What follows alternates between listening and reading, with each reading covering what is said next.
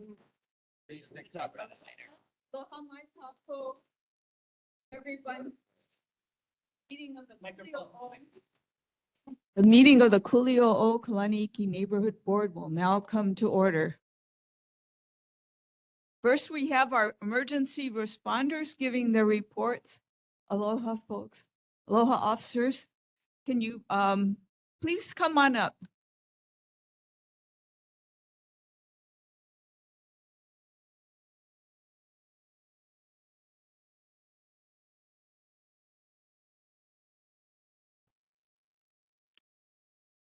By now. Perfect. Okay, well, thank you for having us. My name is Captain Alejandro Cisternas from the Guadalupe Fire Station, Engine 23. Thank you to the board for having us and all the members.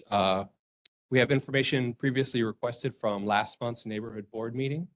First off, the Guadalupe stream maintenance. For questions asked, for debris and pollution from runoff due to structure fires, it is the property owner who is responsible for containing the potential debris or pollution. And warn you right now, I have a lot of websites that I'm going to recite, but I'll give you the paper after in case you need to, you don't have to write them down. The city agency that's in charge of stream maintenance is the Department of Facility Maintenance. That's DFM. You can call them at 808-768-3600 or visit www.8.honolulu.gov/DFM. The other question was for preparedness for storms and wildfires. For information on how to be storm ready and how to sign up for real-time emergency updates, you should visit honolulu.gov/DEM, Department of Emergency Management. And to learn more about wildfire preparedness, we have an action guide available on our website. That's fire.honolulu.gov. So that was for last month's information that was requested. For this month, the following statistics represent the number of confirmed incidents in our neighborhood board's geographical area for the previous month. Last month, Engine 23 responded to 29 medical emergencies, 2 activated fire alarms, 3 motor vehicle collisions, and 1 structure fire. For details on these incidents, you can visit the same website as before, fire.honolulu.gov, and use the fire response search tool under the news and info tab. And finally, our fire safety tip for October concerns holiday decorations. With holiday season just around the corner, please use lights that are only use lights that are in good condition, not the nest that we have from all the years before, especially not the old halogen or incandescent bulbs. LEDs are way safer. Only use decorations that are Underwriters Laboratory listed. It's that little UL on all of our things. A lot of times the cheapest thing on Amazon won't be UL listed. So when you're researching, always just make sure it has that list on it. Do not overload your extension cords and your power strips. Try to find a way to balance the load, and always turn off your lights before leaving your home or going to bed. We go to fires, we come put it out, and then sure enough, people come home from wherever they were. So it's a really bad way to have your holidays. If you have any further questions, please email hfdnhb@honolulu.gov. Are there any questions? Please go ahead. The Guadalupe stream right now has been very dry the last several months, and the weeds are back, and they're probably 6-7 feet up in the air, dry. If there was a fire in the Guadalupe stream, Okay. it would take out a lot of homes. So I've been really pushing to have the city and county maintain the stream, which they did last April, but it's back to being what I consider a major fire issue, especially if there's anyone. Have you folks looked at the stream or? Yes, we're constantly pre-planning both commercial businesses and residential streets. And when we do, you see us driving all around. Most of the time, we're kind of looking for trouble, looking for problems, and just talking about how we're going to address that if this were to happen. That's what we're constantly doing. So we have looked at the stream, different access routes and everything. But we aren't in charge of the maintenance of that. That, like I said, that would be under DFM. And that's how you would contact. They have on their website stream maintenance, like dedicated website for that. So that's all I can really say on that.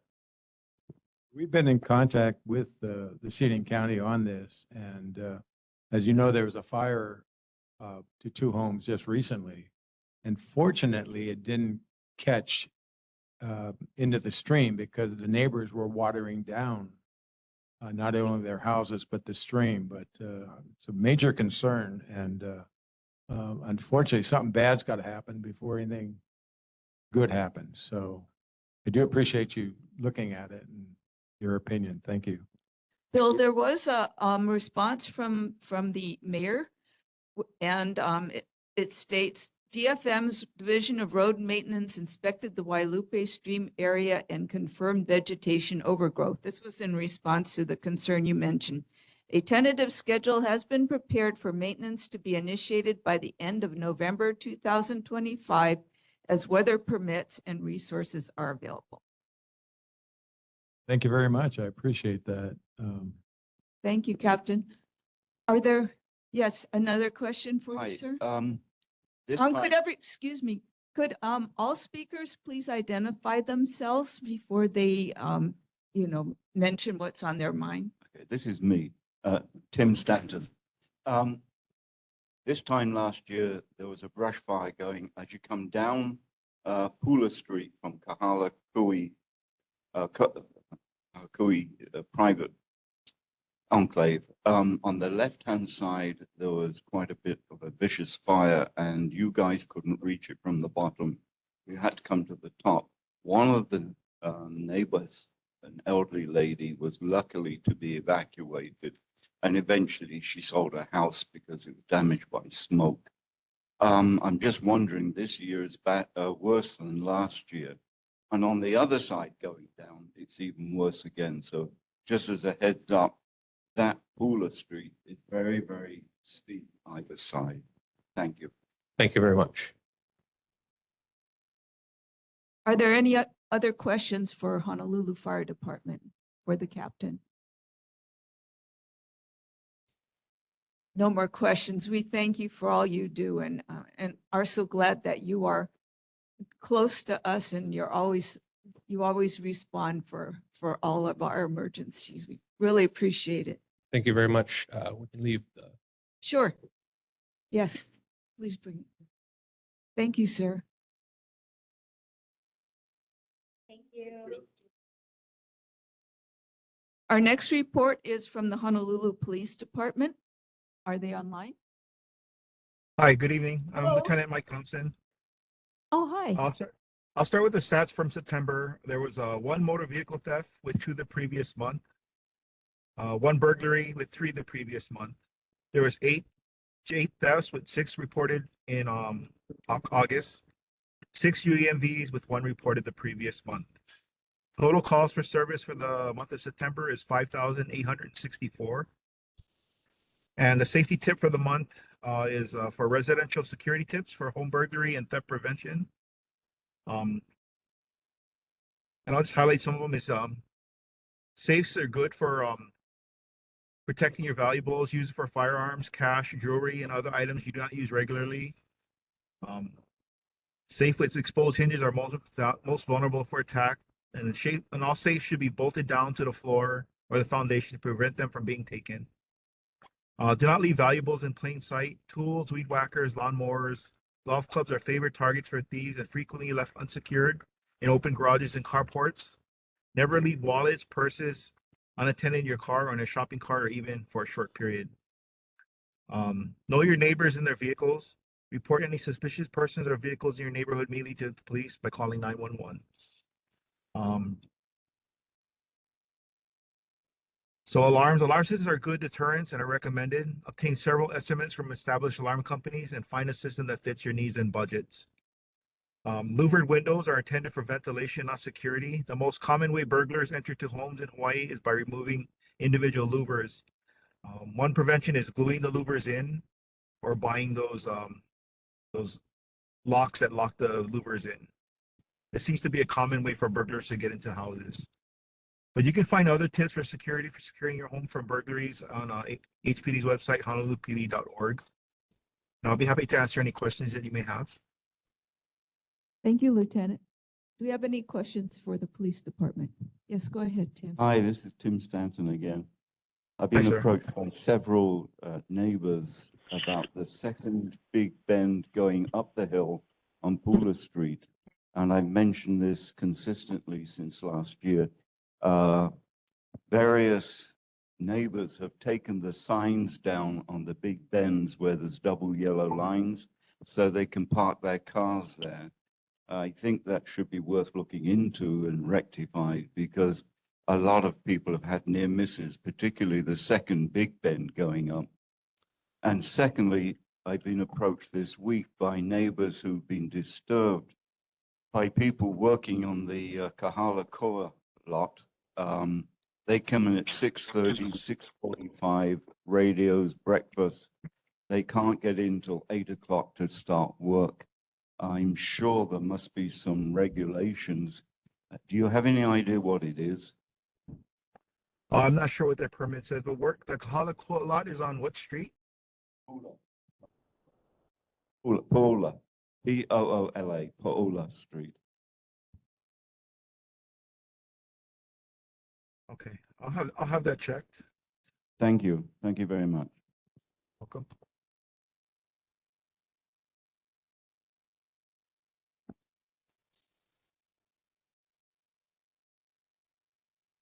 Are there any other Sorry. questions for Honolulu Police Department? Excuse me. I apologize. The parking signs that you said were removed are also on Paola Street. Is that the same street? Yes, Okay. the second big bend going up. Got it. I'll have those two things checked out. Thanks very much. Thank you. Are there any other questions for our police officer? Is there someone online who has a question? Thank you very much, Lieutenant. We appreciate all you do. Thank you. Have a good evening. Thank you. You too. Our next report is from Board of Water Supply, and representing the board is Stephen Nordstrom. Hi, good evening. I'm Stephen Nordstrom from the Board of Water Supply. And in the month of September, we did have two main breaks, both on the same street. One was on September 21st. It was 6-inch at 6147 Kave'Q Place. And then the other one was on September 23rd, just a little further down the street at 6133 Kave'Q Place. And our announcement for this month is really want to push people to conserve water. We're asking to conserve by about 20%. As you're probably aware, lower than normal rainfall, high water demand can impact our water supply. So while we're good for now, here are some simple ways that you can help ensure that we have fresh drinking water now and into the future. Just real basic things like turning off the tap while brushing your teeth, washing your hands or shaving, shortening your showers by a few minutes. We do recommend 5-minute showers. Those are tough. Using a garden nozzle on your hose and irrigating early in the morning to reduce evaporation. And if you want more tips, you can go to our website, boardofwatersupply.com. And that is our announcement. Thank you very much. You're welcome. Thank you for being here. Are there any questions for our Board of Water Supply representative?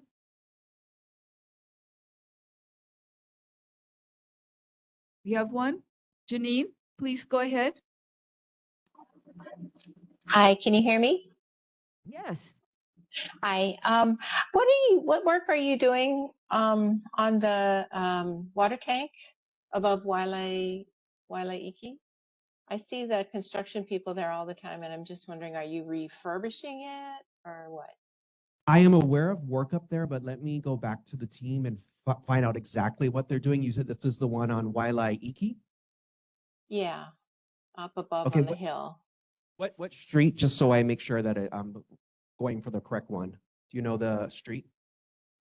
Laukahi? Is it Okay, yeah, I'll Laukahi? follow up back to you guys for the next meeting. Thank you. Thank you. Yeah, you're welcome. Do we have any other questions? Yes, please come up, sir. Wondering if you know anything about, the problem with the leakage at Pearl Harbor. We get these things in the mail and I can't really interpret them, but it seems that the water that we get here is not affected at all, but maybe you could talk a little bit more about that. Sir, what's your name? Steve Solomon. Thank you. Yeah, so the water supply from the Board of Water Supply is a completely different system from the Navy system. So our water is completely safe for drinking. We have taken some big precautions. As you know, our chief engineer and manager, Ernie Lau, has shut down a couple of the water sources in the IA and Halava area, as well as the Halava shaft, which provided 20% of our water supply from Honolulu to Hawaii Kai. And those were shut down as a preventative measure to protect our water supply. But yes, everything is safe for drinking. Now, if you're on a military property, completely different story. Or at Iroquois Point, I think it's I forget what the name of that community is at the end of Iroquois Point. They're also on the Navy's water system. But our water system here on the Board of Water Supply system is perfectly safe for drinking. Thank you. Good to know. Yeah. Are there any other questions for Mr. Nordstrom?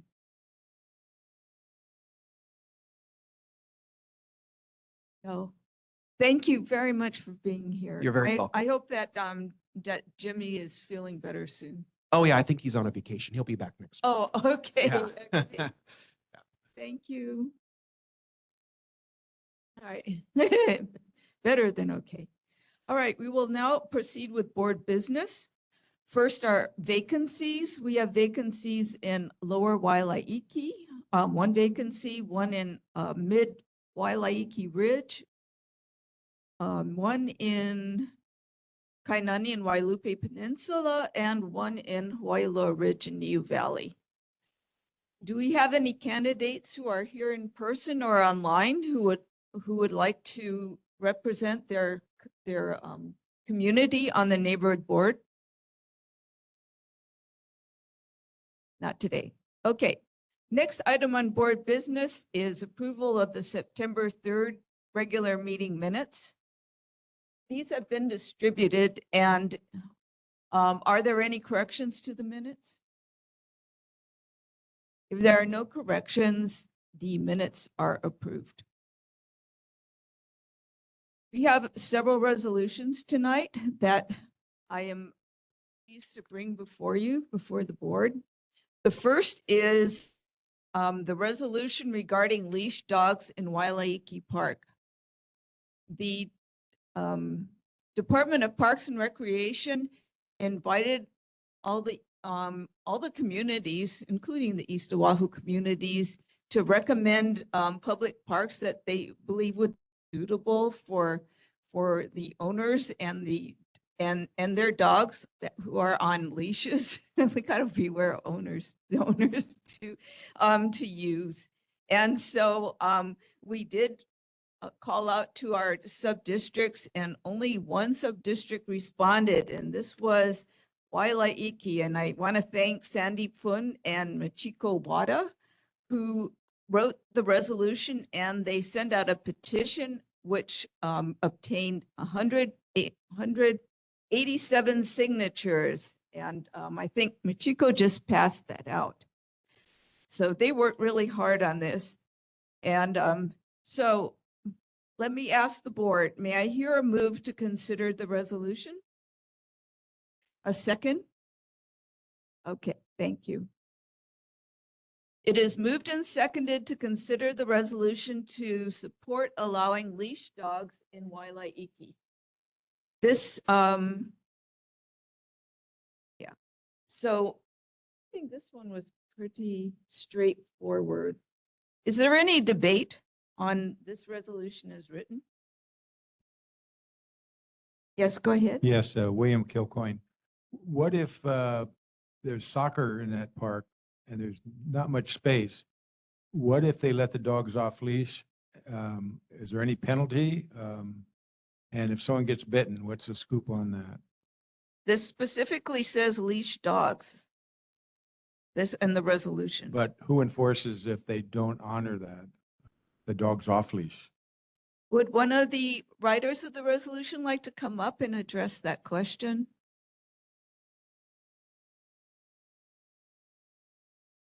Hi, Michiko Wada. Yes, that is definitely a concern.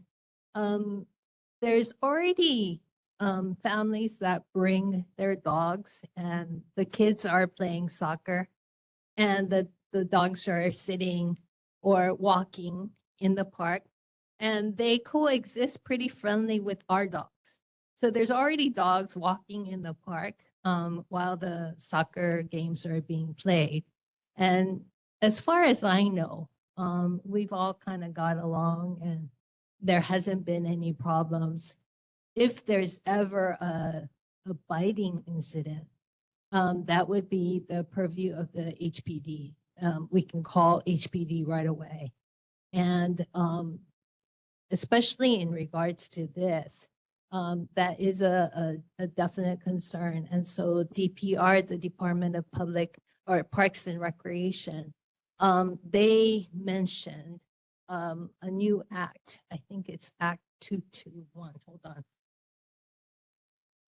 That was just passed and it strengthened Act 224 signed into law effective July 1, 2025. This statute defines dangerous dogs and establishes requirements, penalties for owners of dangerous dogs. It creates the offense of negligent failure to control a dangerous dog, codifies a felony penalty for a bite incident that maims or kills a human being, and stipulates rules regarding the impoundment of dangerous dogs. So Hawaii already has a very strict bite law. It's not 3 strikes and you're out, it's 1 strike. And so on top of that, they just passed this Act 224 that should help educate, the dog owners and make sure that they exercise responsible judgment and keeping the dogs from getting out of control. Will there be signage at the park about the penalty, or you must have your dogs leashed at the park? That's what we're asking for. And already the Department of Parks and Recreation in their announcement in April did say that they will have signages at the parks to help let everyone know that leashed dogs are allowed. And in addition, in regards to poop situation, which always comes up, the Department of Parks and Recreation are also considering putting poop stations at the parks. Just don't go barefoot, right? There's always accidents, yes. Want to just stay up in case there are any other questions, Dore? I just wanted to ask, I see that it says the DPR director has the authority to designate areas. So does that mean if this resolution passes that it will be go into immediate effect, or is there a further decision-making process after this, if this gets approved? Sandy, Chair and members. I think Sandy. I think what will happen is the DPR will go back and consider the petition and the resolution of support from the board and decide if they are going to agree and make any changes. So we would like the board to just show their support, and we'll see as they work the process through the DPR what exactly rules or not that they may put on this matter. We don't think as daily walkers in the neighborhood and the community that at this point any rules should be put in, because the biggest thing is who's going to regulate that. We don't want to take resources away from the police if someone doesn't have a leash on their dog. And we've been in the community for years and daily, and it's quite okay. We love the soccer kids. We're respectful of them as they are respectful of us. And we stay around the perimeters, and no one tries to let their dog loose while a soccer game is going on. Everyone's pretty common sense in our part. So I think we should let it, be supported and then see where we go from there. if anything should occur, but most people who walk their dogs are like, wow, I didn't know I couldn't bring my dog in the park. You know, there's just a one little sign that says no animals allowed. So we'd like that sign just to say leash dogs are allowed, at least for now. Can you please stay up? We have another question. Sherry? Sherry, go ahead. Thank you. I'm sorry I can't be there tonight. I have, my feeling is that I love the idea because I love having pets, taking them for walks, but my concern is always for the residents. So I want to know, did you do a petition on Honoli'i Street of all the people who live on Honoli'i Street? And I have been reading, if any of you are not on Nextdoor Laukahi, you should all be on Nextdoor Laukahi. I see all kinds of comments about people who love the concept, but are very upset by the dogs who are running wild, unattended, and jumping on them. And all the complaints are on Nextdoor Laukahi. It's important to realize that Wailaiki Neighborhood Park, when it was first built, in the early 60s, it was a passive park built for the immediate neighbors' enjoyment. So what it's turned into now was never the original intent. So that's my concern for the residents of Honoli'i Street, because they don't have parking now. We've had many concerns through the years about lack of parking because of all the soccer players. So now if we get all the dog walkers, because, we can all go in there now with our dogs. I don't know how the people on Honoli'i Street are going to get by. So did you do a petition of all the homeowners on Honoli'i Street? Thank you for your question. Yes, topping all over our 187 signatures is now 200 signatures. And the majority of those signatures are people on Honoli'i Street, O'ola Street, and some people from Wailaiki Ridge who come down because the area is too hilly. So they come down and they, leisurely walk their dogs at the park. I would say, being a neighborhood representative or being in the neighborhood for over 30 years, park people that are playing soccer, we love them. We have no problem with them. Personally, I don't, but they do impact because they're not from our neighborhood. They're coming from outside. So that's why we have traffic congestion. The parking lot is not big enough for all the people that come. So they're all parked on the streets, all around the neighborhood, double parking, et cetera, et cetera. So, they have their impacts, as well as maybe there'll be impacts with the dogs, but, we try to live together and we support kids. We love them playing. So, it's really the neighborhood's desire, based on our petition, that they would like this passive, leisurely ability to walk their dogs in the park and enjoy the fellowship. I didn't know Michiko except for our dogs. And so we have a great neighborhood because people come out of their houses instead of sitting around and walk their dogs, and we all talk to each other. And that's why we've got 187 people, primarily on Honoli'i Street, signing the petition. So the petition, you said, did you pass the petition out to the neighborhood board? Yes, you have it, and we have I all don't that. What? Addresses. I on don't it. have it. Yeah, so I'm not there. I believe it was emailed to you. No.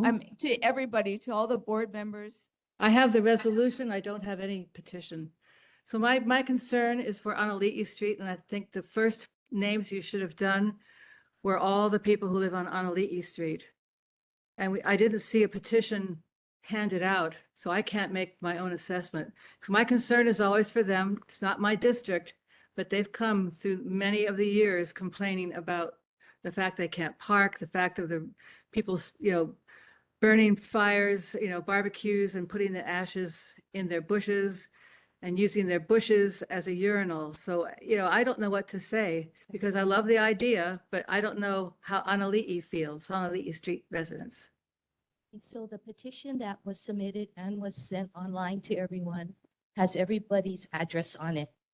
Everybody submitted their address, and if you just look it through, it's everybody practically on Honoli'i Street, O'ola Street, and Wailaiki Ridge. And the problems that you're citing are really actually from the soccer groups, right? The traffic impacts. All of us who walk our dogs there are not driving there. We live in the neighborhood, and so we're not creating traffic impacts. It's the soccer people who's building barbecues, might be the soccer people for after Palpana parties, who's peeing in the drainage canal. It's the soccer kids. Okay, we see all of that, but we don't complain because we think, you know, the neighbors like the fact that there's opportunities for children to play in the park. So we just want to live together, but we would like the ability that it's legalized that we can allow leash dogs in the park. Clarissa, why did I not receive the petition? I'm sorry, I think it was not posted on Google Drive because it did have names and addresses and the public can access that. So it was not posted. I'm sorry, I misspoke. Was it passed out to the neighborhood board there? We In this have it meeting here. right It was now? passed out this evening to all the people who are here in person. And if you're online and if you can access change.org, the petition is right there on the change.org site. And you just have to put leash dogs allowed and it'll pop up right away. Okay, so I think I wished that you had said of the so many, you know, list how many people live on Honolulu Street and tell us how many people from Honolulu Street signed in the affirmative. And that would have been very easy for me to assess what you said about the petition. But I don't know how many people from Honolulu Street said, sure, no problem. Because I know that you're just adding another layer of usage and, you know, impact. And like I said, I have, you know, mixed feelings because if I had a dog, it'd be a wonderful place to go. And I love the idea. But I'll probably vote for you, but with extreme reservations. Thank you, Sherry. We have, there is another question. Go ahead. We will after this. Shelley Ham. I just wanted to say, if I understand this correctly, we're simply making what the residents already do in that park a legal thing. It's not a change of use in any way. Having frequented that park often, I see this and it is very obvious that nobody's driving there to walk their dogs. People are walking in the park, people are playing in the park, they're living harmoniously, and it's just a simple change. We mute. Okay, is there anyone who hasn't spoken yet who has a question? Okay. Are you ready to vote on the resolution? Okay. Those in favor of the resolution, raise your hands. Those who are opposed to the resolution, raise your hands. The ayes have it and the resolution is adopted and will be forwarded to the Department of Parks and Recreation for them to decide what to do. Clarissa, Clarissa, I'm sorry, can you hear me? Yes, I can hear you. I voted in the affirmative with reservations. I don't know if that can be put into the record with reservations. Okay. Yes, with reservations. Thank you. Okay. Our next thank you very much, Michiko and Sandy. Thank you for all your work. Next resolution regards pesticide use in Hawaii. I want to thank Doration and Yvonne Yoro for working on this. Yvonne, are you online? Aloha Chair, yes, I'm available online. Okay, all right. This resolution was distributed. Did everyone on the board receive it? Okay. May I hear a move to consider the resolution? Second, thank you. Is there any debate or discussion on the resolution as written? This is this is, pull out the pesticide resolution. I'm gonna find my version. This one is not on letterhead. It needs to be the final part as stating who the resolution will go to. is not included. So what we are going to address is the body of the resolution.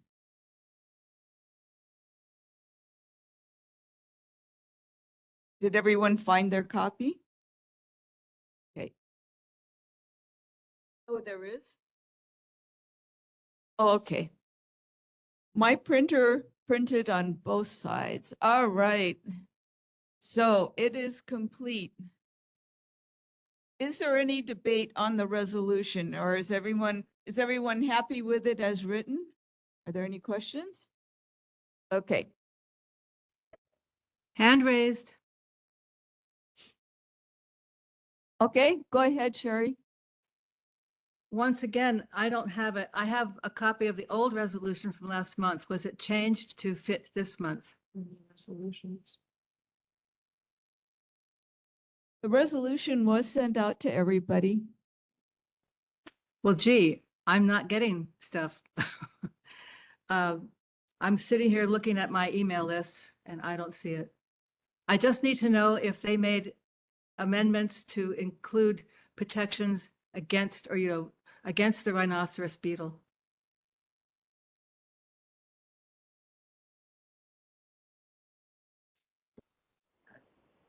Okay, Sherry, it was sent out on September 26th to sheriffspangler@icloud.com.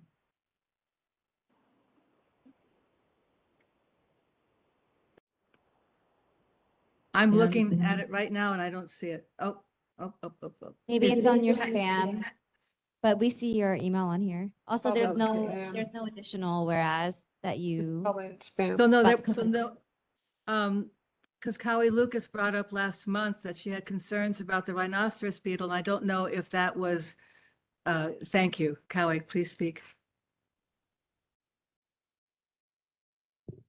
Yeah, I thank you for amending it. It does not mention CRB at all, so it looks really good. I'm very happy.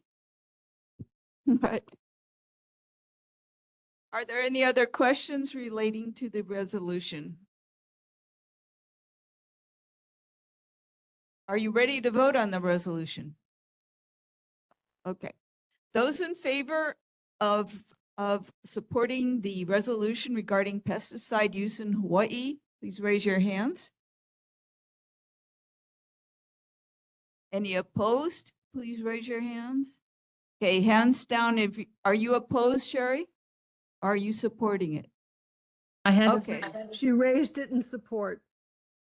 Okay, thank you. And Yvonne and Doré, thank you for helping to draft this resolution. Okay, our next resolution is regarding noisy racing on Kalani Highway. Thank you, Kevin Palmer, for working on this resolution. This resolution was also distributed. Has everyone had a chance to look over it? Okay. May I hear a move to consider the resolution? Okay, in a second. Okay, thank you. Is there any discussion or debate on the resolution regarding noisy racing?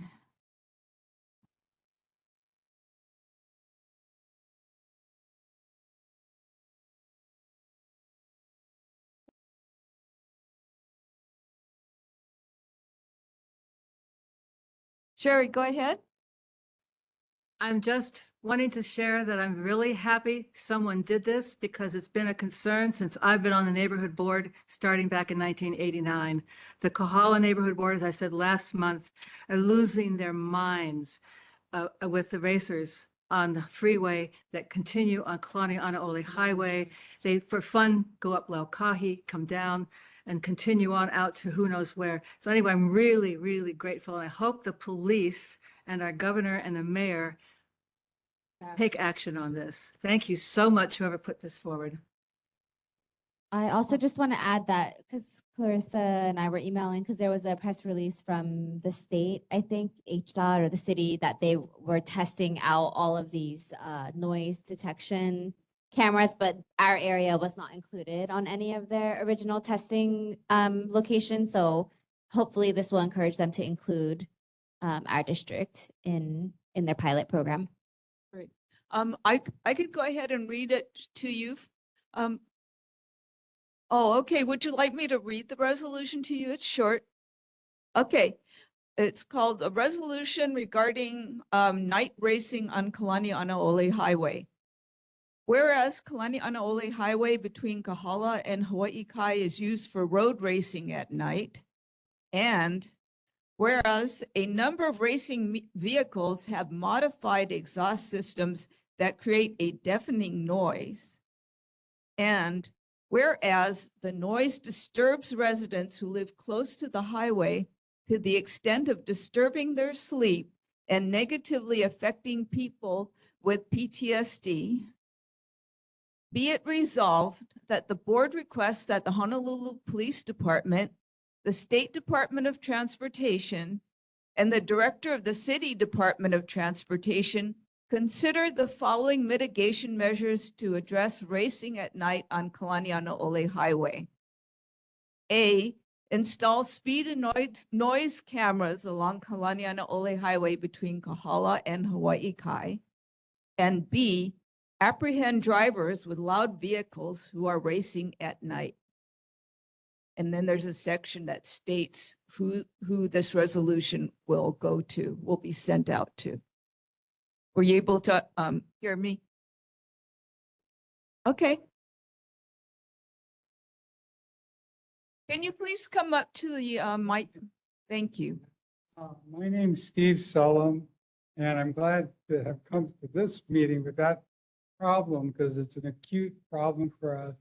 I'm living in the house that I grew up in at 5350, that Kalani Highway, that I've lived in since I was 5 years old. I returned to live there. And it was a scenic highway back when I was growing up. And there wasn't any noise. There was just a few cars at rush hour, and you could leave the windows open. Because of all this noise, not the motorcycles are the worst when they really wind out their engines. It's like horrendous. So I'm glad somebody's saying something about this. But the emergency vehicles, and all these other things. So I'm in the longer term, I'm hoping that the state would, address the noise attenuation somehow, if possible, do some kind of study to see how they can make it more livable for people along the highway.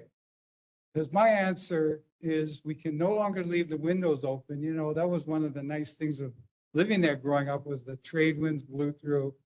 And I've spent hundreds of dollars putting in soundproof windows so I don't have to hear the noise all the time.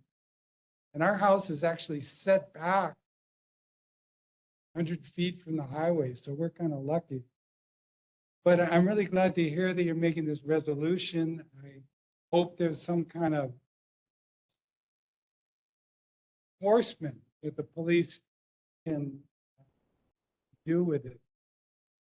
Thank you. That's what we're asking for. Is there any further? Yes, go ahead. So just to be clear, I think the noise issue is definitely the major concern, and it was brought up last time and this time. And I think the only word that really jumped out to me in this resolution was installing also speed cameras. It's not that I don't think it's needed or that it would help with noise reduction, but I do think it is a pretty sensitive topic for a larger community to maybe battle with, and maybe there would be a little bit more aversion to taking on cameras, speed cameras that are giving out tickets. I remember 10, 15 years ago, they did this and people reacted extremely negatively to putting up those ticket cameras. So I wouldn't want it to take away from the noise issue, which I think is a wonderful idea to have these noise cameras, and it's a new thing and technology, and they're starting to populate it kind of in the main Honolulu area. I just wondered if there would be a larger outcry by including the speed cameras in this resolution. But again, a great idea. Yes, Tim. Stanton again. Is it possible to split this down the middle and say, okay, 8 o'clock, we have the cameras and they only come on at night to alleviate that specific problem? But the cameras that come on 24 hours during daylight. Yeah. Which is an issue regarding people's rights more than anything else. And it doesn't really have anything to do with speeding or the law or anything. It's just individual rights. If we could make mention that perhaps if the speed cameras, I'm sure they're infrared or some technology, if they came on at a specific time at night, and if 8 o'clock is a reasonable time, that we cut out people rushing to get home, for example. So when the speeders, which we're talking about, come out 9, 10, or 11 o'clock at night, then they're on notice. Does that sound reasonable? How would you suggest that this resolution be worded then to cover these concerns? Apprehend drivers with loud vehicles who are racing after 9 o'clock at night? That's the way I originally wrote it, to apprehend. I Yes. wasn't looking at speed cameras or noise cameras. We got to ask the HPD to get out there and apprehend these guys. And they haven't done it for years and years. And it's right next to the police station. I mean, there's a police station in Coca Marina, and they don't do anything about it. And so originally when I wrote it, I didn't put the cameras in or the speed. I just said apprehend. Yes, Cowie? I just looked up the noise camera installations beginning, this is the DOT's, begins September 15th. So it doesn't say anything about speed. So we could just edit that 1-2 words out of the resolution and it's clean. I was worried that the technology was coupled the two, but it doesn't apparently. Well, even if we have this, somebody listen, the detectors of the noise, somebody has to enforce it. I think that should be the main part of the resolution for the HP to get out there and enforce it. I think there should be a possibility that law enforcement should have decibel units so they can measure the noise when they apprehend them, and they've got a record of it. So therefore, it's another layer that the person is apprehended. Okay, where are we at right now? Could you please address me so that I can incorporate these changes and figure out if we're going to be able to vote on this resolution today? We could just change it to remove speed from the section A. And then it can just be noise. So then there won't be speed mentioned then. Because I think everyone agrees that we want the noise enforcement, and the speed is not something we want to address today. All right, so this resolution will read. Did you have one more change? I'm reading from the official State of Hawaii Department of Transportation news briefing about the noise camera installations. And it says pilot will collect data on noise levels and origin for 2 years, will not issue tickets. So we can ask to be part of this. I just want to make sure that. So basically, this is no deterrent. It's just investigation. Apparently so, although we Yeah. could request that that the process begin at this point.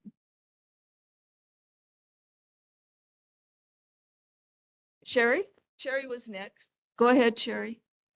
Yes, I understand people's hesitation about dealing with speed, but if you live on the highway, you'd understand that the noise comes from the speed because they're doing over 100 miles per hour. And it's not just it's motorcycles, it's cars.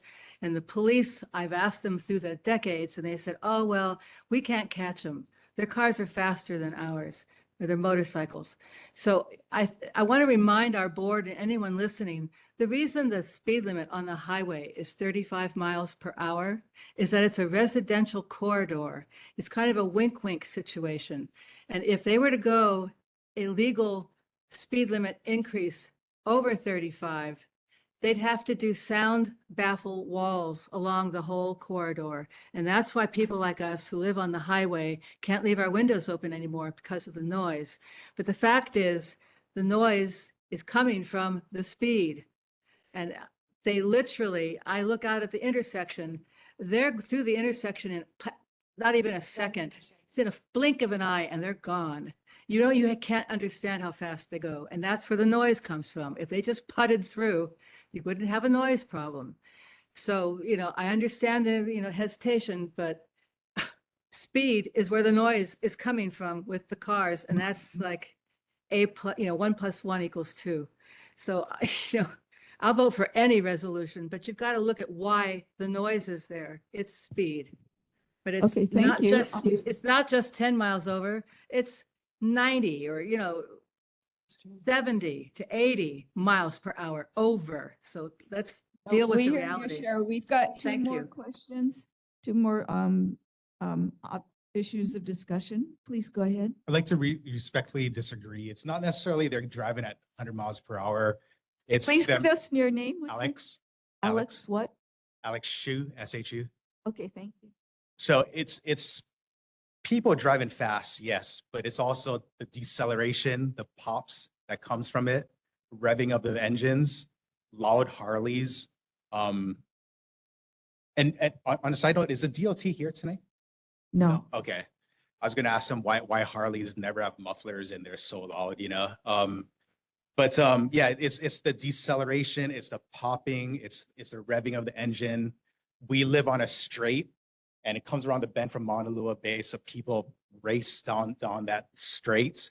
So and like I said last time, we've read decibel meter readings of over 100 decibels. That's pretty damn loud, you know. So pardon my French, but I think it'll be a good step to do the microphone thing with no speed cameras, because that we know nobody likes, you know, the speed cameras is too great of opposition to overcome, I think. Thank So- you for your suggestion, Alex. Tim Stanton, there are two separate issues here. I used to race professionally, and in my youth, which was some time ago, it was fun to decelerate in a car. It was fun to rack your car up, cut the exhaust pipes, meet at night, and decelerate. And that's where most of this noise comes on from the side streets. There is a speeding issue, obviously, but the noise abatement to me is a separate issue because it's not always incumbent on speed. It's the way that young folks, and it happens every generation, they get their first car or motorbike, and the first thing they do, you can get a motor scooter, and a motor scooter won't do 100 miles an hour, but they'll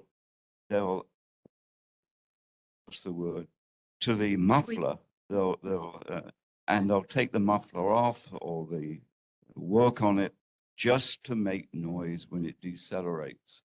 And that's a completely separate issue from speed. Speed is dangerous in its own right, and speed happens 24 hours a day. But at night, you get these young kids, they meet at school. What you going to do tonight? Oh, I'm going to down Kalani Highway. What time? 11 o'clock, 10 o'clock. Oh, that's meet. And I've got a new muffler and I want to decelerate, and they'll do wheelies and all sorts of things. That's what needs to be stopped, in my opinion, separately from speeding. Thank you. I'd like to recognize Will Duke, and would all speakers please wait for the chair to recognize them, because I can see better who's had their hand up longer. And it's the polite thing to do. Go ahead, Will.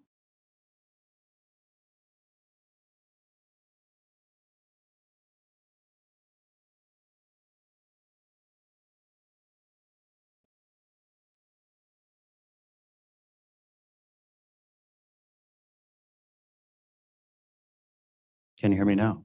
Yep. Yeah, so I spoke with Rep Tam. The technology does have the ability to issue a citation. They were just concerned about rolling it out too quickly. So I think just the resolution stating that we would like to be included in the testing, the citations will come eventually, maybe 2 years, but it's better than nothing. I think. Thank you. Adam? Hi, Adam. Adam, do you have something that you would like to add to this discussion about the noise resolution? Oh, Can't hear you. hi, Chair. Can you hear me now? Yeah. Hi. So following your the board's discussion back in June, Chair Waters did send a letter to DLT Director Sniffen requesting a camera for the end of the freeway and the start of Kalani Highway to cover your your corridor. And I can put in the chat, but the H1 freeway Waialae Kahala off ramp is now being proposed as an alternate location. Can we have more though? We need some we need some between there and Hawaii Kai. Because that's the straightaway. At least one. Got you. Okay. I mean, it will, all the cars that travel through your neighborhood would have to go through this intersection, but I hear you and we can request another one. Oh, mahalo. Right. Okay, go ahead, Frank. The difficulty in the noise abatement problem is basically the police right now can do nothing about it because they don't have the evidence. Okay. I'm totally in favor of the resolution. But I think people are frustrated and looking for a solution, a quicker solution. Adam, if you're still on, what's the possibility of us presenting some type of resolution requesting decibel readers for the beat officers? Put them in a pocket, put them in the cars as a trial project to see how effective it can be. And that way the officers will have it in hand and they can start citing immediately once they get the readers. You know, it's a quick solution to a problem that can be maybe pushed island-wide if it's proven to be successful here. Yeah, Yes. thank you. All right, may I speak, Chair? Adam, go ahead. Thank you. Yeah, good question. Chair Waters agrees with you. He did pursue this specifically for Waikiki, for officers to have decibel readers there. Fortunately, our noise bill got a lot of pushback from HPD, but it's something that Chair Waters and our team can explore again. Thank you. So I'd like some whoever is interested on the board to, if they can just start working on that resolution and we can present it at one of our future meetings. Okay, last question, Tim. Yeah, I think that's an excellent suggestion because really what we need to do to get the ball rolling, it seems to me, is to get a deterrent.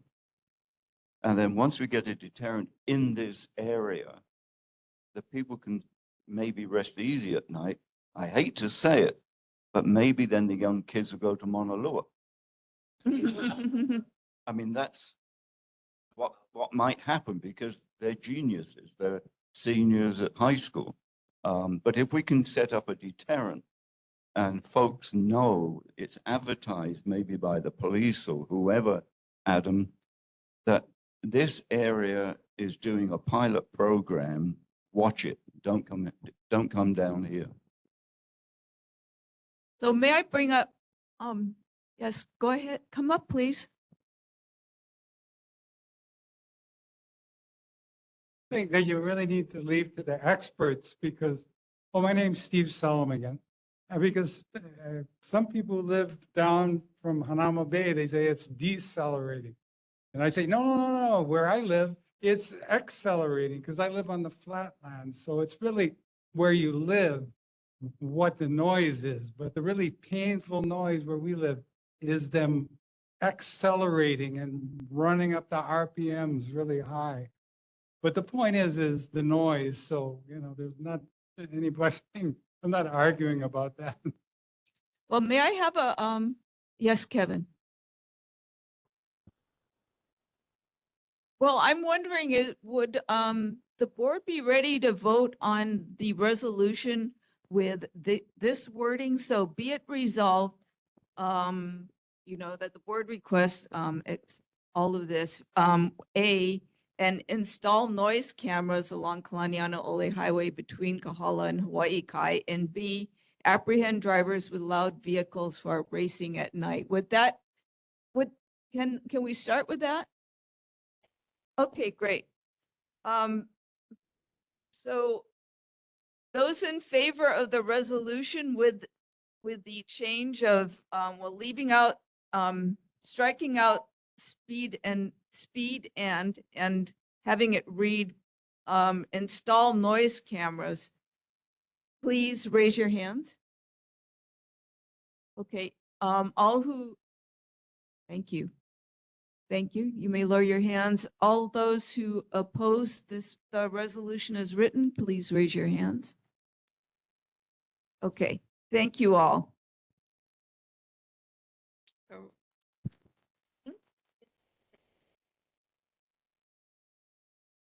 Okay, the next board item on the board business is going to be. Excuse me, Clarissa. Raised hand. Could you please state how the vote went? Thank you. For the camera and for the cameras, How did how did the 12-0. vote go? It For the was record, 12-0. You're cutting out. what? She's cutting out. It was a unanimous vote. Okay. Thank you. You're welcome. Okay, this is time for public input on items not on the agenda. Oh, we're going to amend that. So that'll be postponed till the next meeting. Okay. Our public is invited to tell us about their concerns that are not listed on the agenda. Does anyone want to bring up something that you would like the board to consider and act on in the future, at a future meeting? Yes, please come up, Mary. And state your name for the people who don't know you. My name is Mary Chung. I'm one of the volunteers for the Ainahaina Public Library. And I'm here tonight because we learned in September that the security guard services for this library would terminate at the end of the month. And we were very concerned, so we did contact the state librarian's office. And I was told later on that due to budget cuts and a contract with a different security guard company, the costs have escalated. And so I think they also felt that the Ainahaina Library had fewer incidents or reported incidents, and therefore it was one of the safer libraries. Our board and many of our volunteers are very, very concerned. We started a petition about 10 days ago. And in it, we're stating that we're very close to schools. We have the Holy Nativity Preschool, the elementary school, the Ainahaina School. It's heavily used by this particular group. Our library is only one of, I think, 3 in Honolulu that's designated as a safe place for youth. And although it doesn't have to have a security guard, we feel that if a youth who's being abused or run away or trafficked, comes to the library and the abuser is behind her, this could also jeopardize the youth safety. Another reason is that our community has a lot of senior citizens and we use the library a lot. We're also next to a very busy shopping center. And we feel that having a security guard's presence really acts as a deterrent. It's a very proactive thing. And so we strongly feel that we need a security guard, and we're asking to have funds reinstated for that position. So I'm hoping that the neighborhood board would be able to support us in this. We started a petition about 10 days ago, and then we have, I think at this point, about 700 signatures, maybe a little more. So our deadline for this is at the end of the week. And we requested a meeting with Governor Green, and we hope to be able to present our concerns at that time. So that's what I wanted to say. Thank you. Mary, who hires the security guard? Is it the shopping center? No, it's totally separate. So if there's a problem at the shopping center and the person crosses the street and comes to the library, that security guard really doesn't have anything to do with this library. The state? Oh, state library. Go ahead. Is she allowed to give information on where to find the petition at this point or no? Yeah, can you share with us where to find the petition? We've been trying to have a little table in front of the library where we have volunteers obtaining signatures. We've passed it out at the schools. Some church members have taken it to their church, but if you tell me how I can get it to you, I'd be happy to give it to you. I'd just like to ask everyone who's here, what would be the best way to support them, given that the deadline is at the end of the week?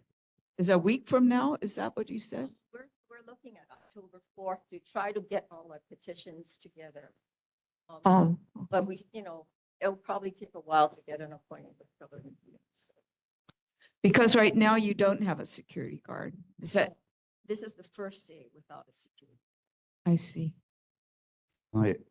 Perhaps the best thing to do maybe is to, I could do it, but contact Joe Moore, send a reporter over. I'd be willing to do it.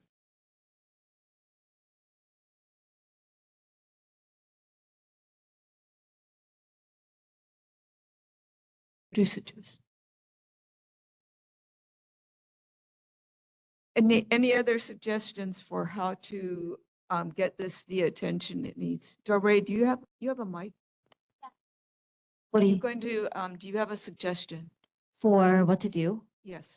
Oh, I mean, if it's not too late, someone can draft the resolution for the next month.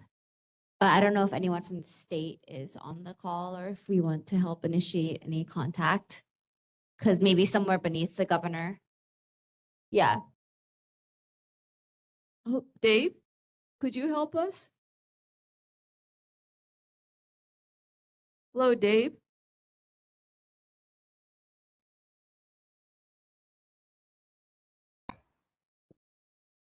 Can you hear me?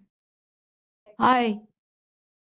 Can you hear me? Dave, can you help us to with the problem of the state library having the funding for a security guard taken away? And so far the library has been designated as a safe place for children from the surrounding schools as well as Kupuna to come. But we have some unsavory characters who hang around the shopping center, and the library really needs to have security.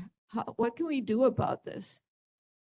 I can, yeah, I was listening to what was being said. I can raise this with the governor's office. I'm happy to do it. And just say that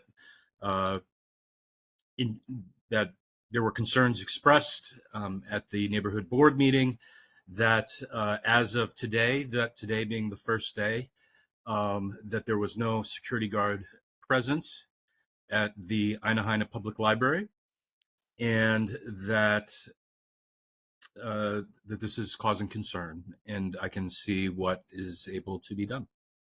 Thank you very much. Thank you very much, Dave. I have a very vested interest in this because some of you may not know, but in February in Manoa, I was stabbed 12 times. And last year in front of our music school, there was a fight and there's been lots of incidents. And that's Manoa. When we lived there, we moved there, we thought it was one of the safest places in the state. So yeah, I empathize very, very much. And I think that what we should be doing is being proactive and not having to clean up a mess. Thank you. Anything Thank I you. can do to help, let me know. Are there any more public concerns that someone would like to bring up?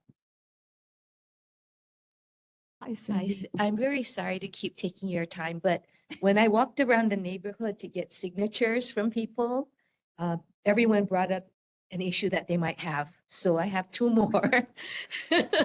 One of them, and I received all these comments, but one of them was just a simple one. It's a tree that's leaning into Annalee Street. And I have the address of that street home. It's a renter that lives there, said she would let her owner know, but still, we had complaints because when two cars are trying to pass each other and there's cars parked all along the side because of the soccer people, it gets so narrow and a high truck or van could hit that tree because it's in the planter strip, but it's leaning like that. So I have it all written down and I'll give it to you. And then we're still also getting everyone saying about the lights that are still out. Yeah, 5 lights still out on Annalee Street and Annalee Place. That's it. Thank you. Thank you. Oh, you want to give it to her? Oh, okay. Are there any other concerns? Sherry, go ahead. Hi, thank you. The Clarissa, did you receive the email I sent you from next door Laukahi about the people? The Ainahaina Shopping Center has put a notice up in their shopping center with a map telling all the people who work there that they can't park in the parking lot and they must park outside the shopping street. And they have a map that directs them to Nainui Street. Now, before your time, this was a huge issue. And it's kind of been like another one of those wink wink situations. So I was just hoping that somebody who represents Ainahaina can talk directly to their Ainahaina Community Association and see if anyone is still concerned about this happening. And I have the next door Laukahi notice, and which shows the notice and the map, and I can send it to anybody that's interested. But I'd like Ainahaina to deal with it for the Nainui Street. Really? Sherry, can you send it to Zoidel, please? Oh, okay, thank you. Thank But you. I'm hoping Ainahaina will also get involved in this because people are taking their issues to next door Laukahi. They don't necessarily come to the neighborhood board. So that's an issue. But anyway, we need to get Sherry, that you know dealt the with. history of this problem, and I was wondering if you would feel comfortable contacting Jeannie Oda of Ainahaina Community Association and letting her know what happened before when this restriction. Oh, she'll know. wasn't- I will call her. I just felt it wasn't my place, but I will call her and ask her to be in touch with the people on the board and see if anyone cares to pursue it. And I'll send her this too. Yeah, you have my permission. Okay, thank you. Well, it's sub-districts and you don't want to step on toes. No, Okay. no, it's okay. Okay, anything else? Okay, officials reports. First, Congressman Ed Case's representative. Do we have anyone online today for Congressman Ed Case? Okay, next, Dita for representing Mayor Rick Blangiardi. Good evening, Chair. Hi. Dita Hollyfield, Department of Enterprise Services. I just am excited to tell you that the October edition of Mayor's Newsletter can be found at honolulu.gov/mayor/newsletter. And I'm going to address some of the questions and some of the concerns from last time. First of all, for Hawaii Fire Department, the Honolulu Fire Department, Richard First asked about the potential fire debris spreading during upcoming high winds and storms, particularly regarding hazardous materials from combustible products. The response that we received is the Honolulu Fire Department takes the threat of hazardous materials from combustible products very serious, and proactive steps are taken to ensure effective emergency response, fire code enforcement, and community education. The Honolulu Fire Department does not collect any type of waste, however, and there is immediate danger to health and life. The Honolulu Fire Department will contain the hazardous materials and call the Department of Health Hazards Evaluation and Emergency Response Office for removal. The next concern that I'd like to address this evening are the street lights follow-up, which was brought up just a few moments ago, and resident Sandra Fund requested the status of the 5 street lights out on Anali'i Street and Anali'i Place, and 1 near Pu'ula Street and Anali'i Street. Mahalo to Chair Waters, who submitted a riser for the concern. The lights have reportedly been out since February. DPP responds. The Civil Engineering Branch confirms receipt of a trenching permit application from the Hawaiian Electric Company for cable replacement on the street, which may or may not be related to street lights in the vicinity. Permit requirements for the trenching work have not been met, including showing providing the minimum 6-inch vertical clearance between the proposed electric cable and an existing sewer line. DPP reviews projects for compliance with city code, but does not unfortunately manage the projects. As such, DPP does not have a timeline, unfortunately, for the repairs as of today. The next concern is fire-related safety. Multiple residents reported ongoing safety issues involving a property owner on Lave Street, whose home was recently destroyed by fire. DPP's response as of September the 15th, a site inspection of 660 and 668 Lava Street was conducted by the Department of Planning and Permitting, which revealed the fire damage to both dwellings exceeded 50% of the structures. Letters were sent to the owners of both properties requesting that the required permits are obtained to repair or remove the structure along all debris from the premises. Follow-up inspections will be conducted by DPP within 4 months or 120 days. And if the situation poses a hazard to health, safety, and welfare of the general public, a notice of violation will be issued to the property owners. No one was unfortunately seen at 668 Lava Street, and it could not be determined if someone currently lives at the premises. The Honolulu Police Department should be contacted immediately for any threats or assault by individuals or anyone that is trespassing, and you can complain.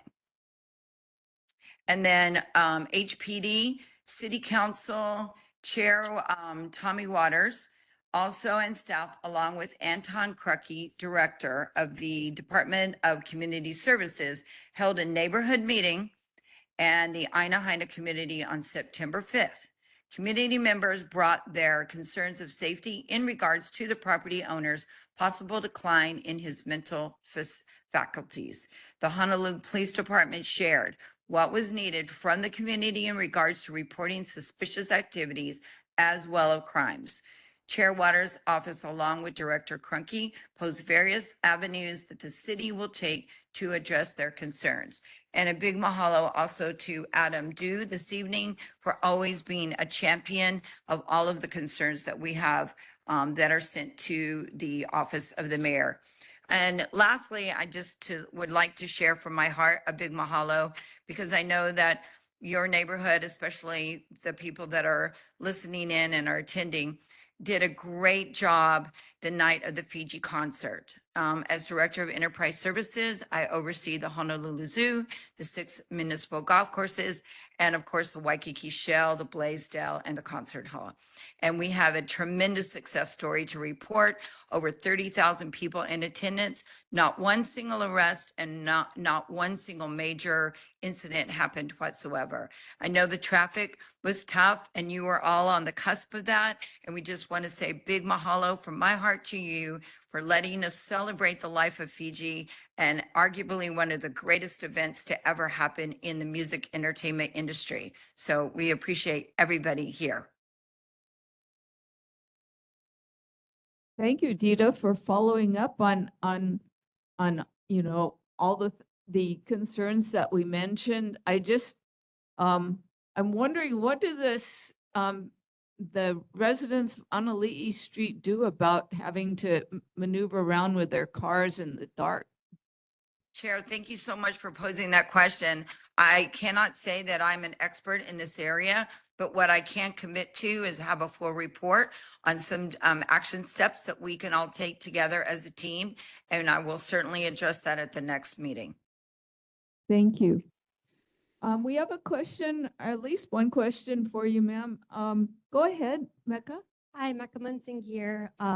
Thank you, Dita. I just wanted to extend a huge mahalo to Mayor Blangiardi for his continued support of the LGBTQ community and his decision to raise the pride flag outside of the municipal building and support city employees and their families attending the October 18th Pride Parade. His support of all community members is so important at this time when our gay, trans, and Mahu friends are being attacked at the national level. So thank you, Mayor, for showing your support. That means so much. Thank you so much for the acknowledgement. I also want to add to that. And we are excited at the Waikiki Shell to always host the end of the parade, and all of the attendees, whether family members or just they're there with their friends. But it's an honor to be able to support, and I will make sure that the mayor and pass along your wonderful sentiment this evening. Mahalo. Yes, question for you, ma'am, from Will Duke. Hi, Dita. Hi, Will. I was wondering if you could maybe look into it a little further about the streetlights. This has been going on for a while. Is the issue that HECO or Hawaiian Electric has not filed for the permits, or does this have to do with the DPP new software system permitting backlog? Because if we could maybe push on HECO if that's the problem, but if the problem is because DPP is not issuing permits in a timely manner, that's a different issue. So the notes that I got, again, great question and mahalo for it. The civil engineering branch confirms the receipt of the permit application from Hawaiian Electric to DPP. So I don't know where it is after that, but that is the information that I have. And again, I will be glad, Will, to follow up for you personally and look forward to bringing back hopefully a little bit of better information this time around.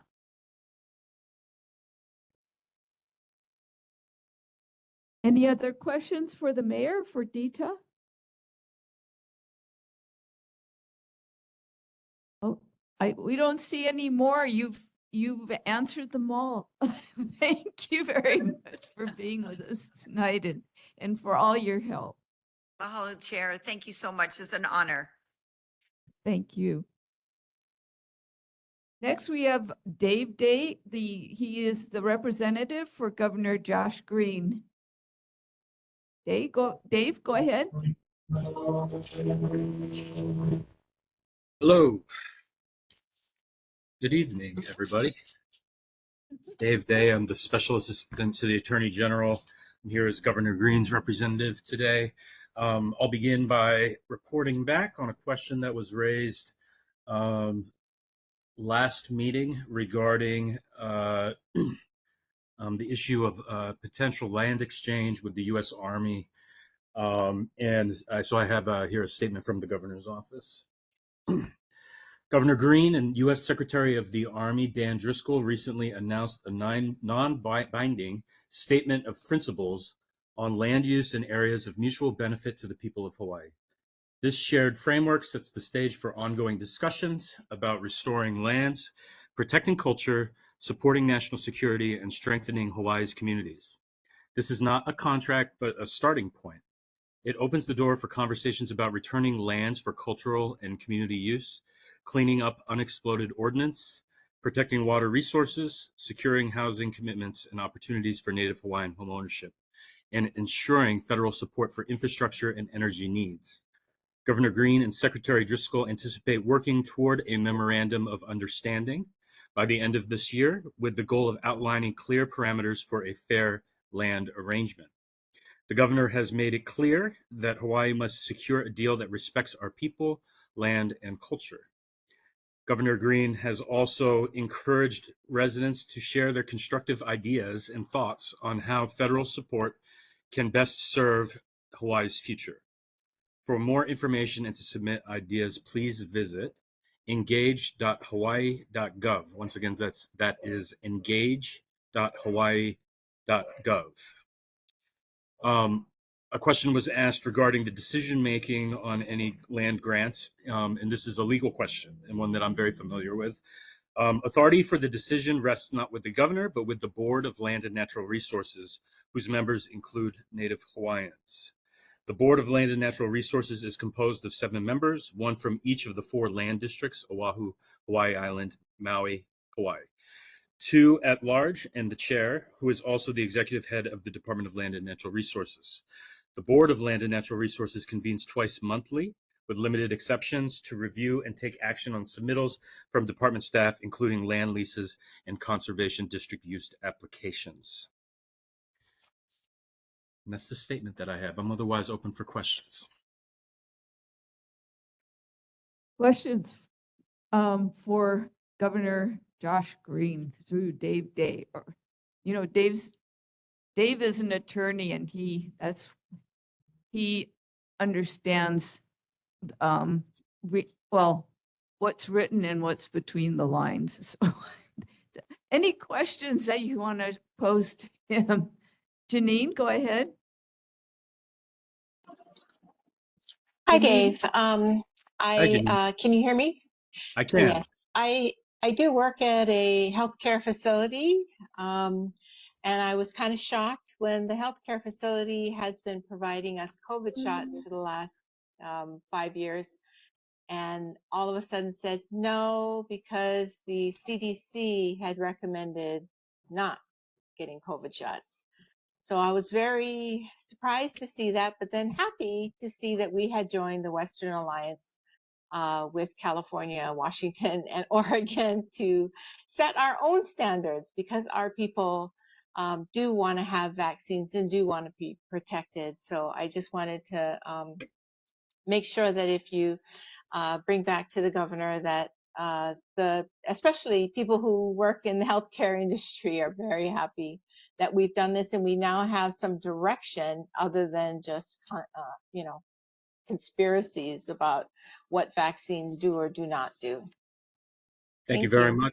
Thank you very much. We do have the nation's only physician governor, and I know that he believes in science and these principles, so I appreciate that. Ray. Okay, go ahead, Shelley. Hi, Shelley Ham. I also want to thank Governor Green for participating in the Mothers Against Drunk Driving event. It's a very important event, so thank you for that. I will convey that. Thank you. Other questions or concerns for Dave? No, Dave, thank you so much for being with us tonight. Yeah, and I'll report back on Aina Public Library for next week. Appreciate it. Okay, thank you. Thank you. Next, we have Adam Dew, who represents Council Chair Tommy Waters. Hello, good evening, Chair and members of the board. Adam Dew from Chair Waters' office. Tasha Luke emailed out our October newsletter to you guys. It could also be found on the City Council's website. I did want to mention this board is really lucky to have Mayor's Rep Dita on your board. She is one of the most positive, responsive directors out there, and she really gets things done. We love our office works with her on a lot of projects. Some more follow-ups just to add to her update to 668 Lave Street. Well, first off, I wanted to thank the board for giving the space for the neighbors to express, the situation over there. And thank you to board chair and board members who did go to the meeting with Chair Waters, Rep Hashem, the community policing team, Director Truckee. We had a very good conversation meeting regarding this sensitive situation. Just for the board to know, our office has been in communication with the VA Mental Health and Homeless Program Manager. The VA has been in contact with the property owner on several occasions. The Red Cross has also been out there, as well as the city's crisis outreach and response and engagement team, also known as CORE. So the homeowner is within his rights to refuse care and outreach services. The VA cannot force him to do anything that it's not agreeable. But one thing that I've learned with many people in these types of situations, it takes multiple times reaching out to them before they accept services. So we will continue to do that. That said, as Dita did say, the homeowner does have 120 days to comply before the city starts issuing notice of violations and then potentially pursuing liens on the property, because the safety of the community is of the highest priority. Two resolutions that passed at today's full council meeting that I briefly want to talk about is resolution 25-279 introduced by Chair Waters. It reaffirms its strong and ongoing support for the May 9th, 2023 Unified Statement on Red Hill and the efforts of the Red Hill Water Alliance initiative, and stands with our community to demand access to clean, safe water now and for generations to come. It was good to see member Kalani there. Shout out to her at the rally at the Honolulu City Hall a couple days ago. Another important resolution passed today, 25-280, introduced by Chair Waters, Councilmember Kuli'ou'ou, and Councilmember Tupola, supporting and reaffirming the Kamehameha School's mission and its contributions to the Native Hawaiian community. And lastly, I did want to mention at last month's September council meeting, Bill 49 and Bill 50, which passed. These bills introduced by Chair Waters and Budget Chair Okimoto provide real property tax relief by increasing the home exemption to $140,000 and the kapuna exemption to $180,000 starting in 2027. Both bills raise the exemption by $20,000 for homeowners under 65 and over 65. This translates to hundreds of dollars in property tax savings each year. And then regarding the Honolulu streetlights, the Hawaiian Electric completed the revised drawings in response to DBP's feedback from their wastewater branch. And the Hawaiian Electric recently submitted them to DBP's wastewater branch. So we are keeping on Hawaiian Electric and DPP to hopefully get these lights on back before Halloween. And then just some background for the library. I didn't see Rep Hashem online, so I'll just let everyone know that Rep Hashem's office has been in contact with the state library. I believe it is 6 libraries that are being affected by this cuts. Hawaii Kai, I believe, is the another library in your neighborhood. It has to do with the state libraries upgraded the security management. So it is a lot more expensive. So they did have to make cuts on what they deemed were libraries that were didn't have quite as many incidents. I do believe that the next funding round, Rep Hashem will be sure to get that money in for them. But yeah, with that, I'm happy to take any questions. Yes, go ahead, Shelley. So regarding the gentleman on Lave Lave, is there a possibility of issuing an MH1 for this gentleman? I haven't heard that mentioned at all, but I know that it is possible within Hawaii law. Yeah, thank you for that question. It's just, I just want to be sensitive to what we talk about publicly about a private citizen, but yes, that they have been evaluated for that, and they were deemed safe to return back to their property.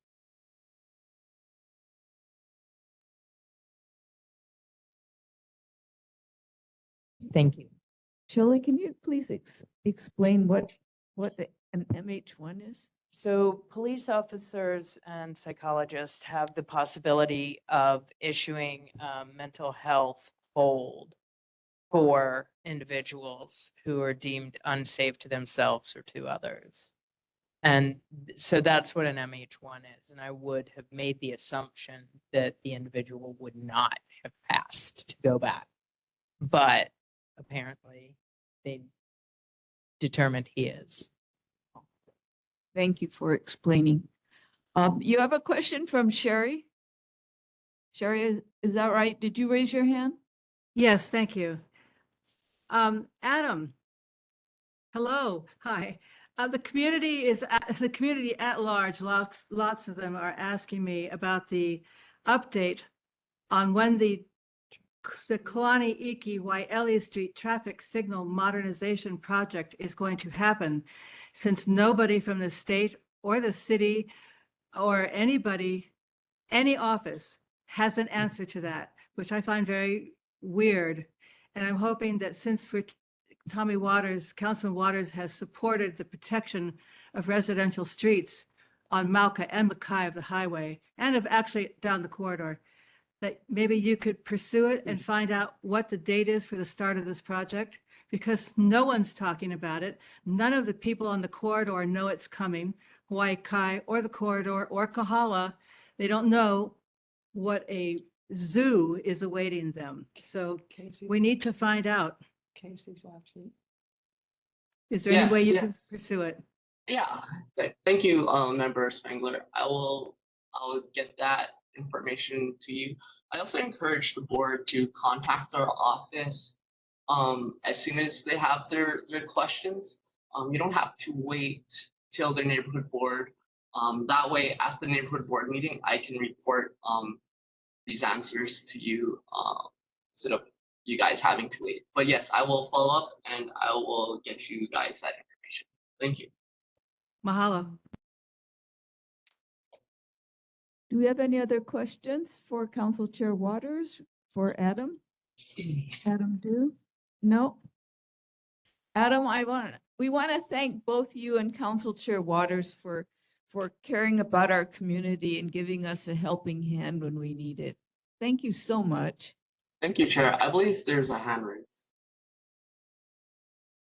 Oh, I'm sorry, Janine. Can't see you too well from here. Go ahead.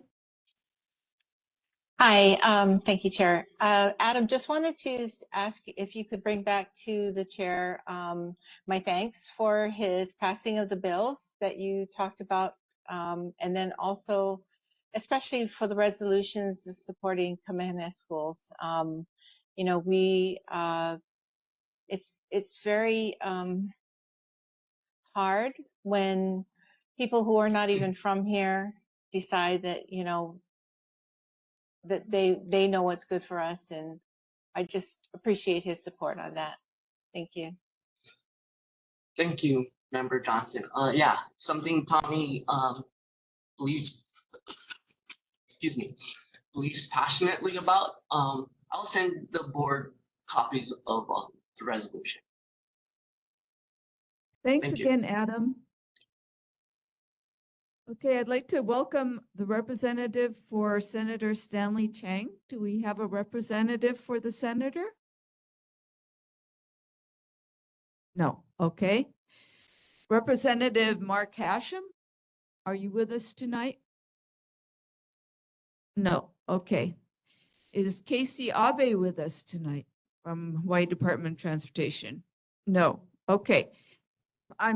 I am happy to welcome our presenters tonight. And first we have Ryan from who's going to tell us that the Koki frogs have gone away. No. Come on up, Ryan. Oh, please give us good news.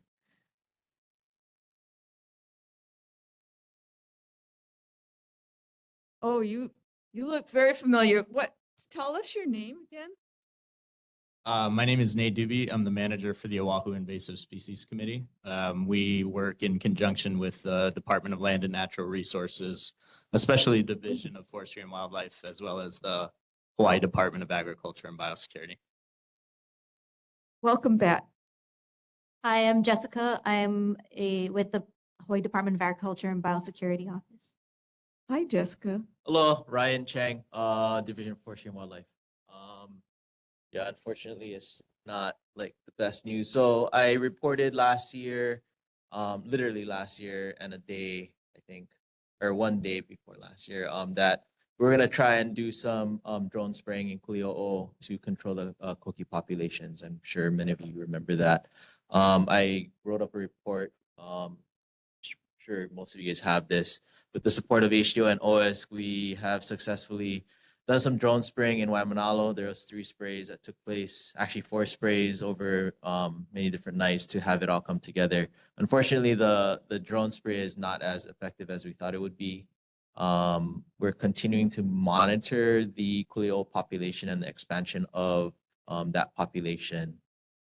It's coming down the drainage to Kuli'ou'ou neighborhood. So it's a very big concern for us.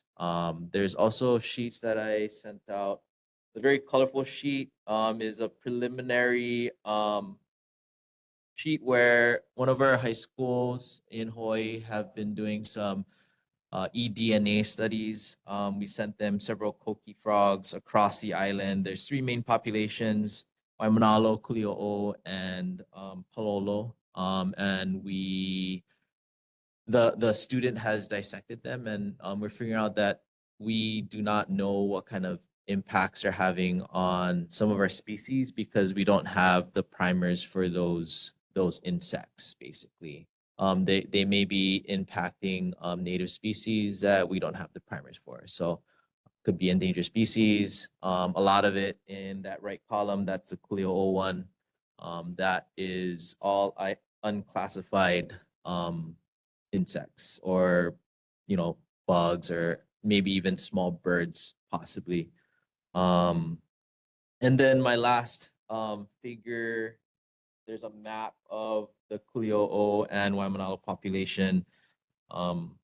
Mainly in the forested areas. The green represents koki frogs that we've detected when we're night surveying. Kuli'ou'ou is on the southern side of this map. As you can see, it's a very steep area. The reds are capture points. The pinks are sound monitors, I believe, or sound recorders. So that's how we're monitoring them with passive acoustic monitoring. So literally last year in July, I think it was reported that Kuli'ou'ou was infested. As you can see on the southern side, way down in the drainage. Those 2 points are, if you've hiked Kuli'ou'ou Valley Trail, that is the end of trail sign. And that was taken in, July, those points. So I suspect that they'll be hitting the neighborhoods within the next 6 months to a year in Kuli'ou'ou. It is spreading to the east and west on the summit line. In Kupawa, there's some frogs, and then towards Hahaione, there's frogs. Yeah, sorry. So they're coming up from above and then following the streams? They're going everywhere. They're on ridges, they're in drainages. It's difficult to see on that map, but they are on the summit line and spreading east and west. They're going into the natural area reserves, which is the Pia NAR, which is a very unique ecosystem. It is going down towards people's neighborhoods and stuff like that. So that's what I wanted to report out.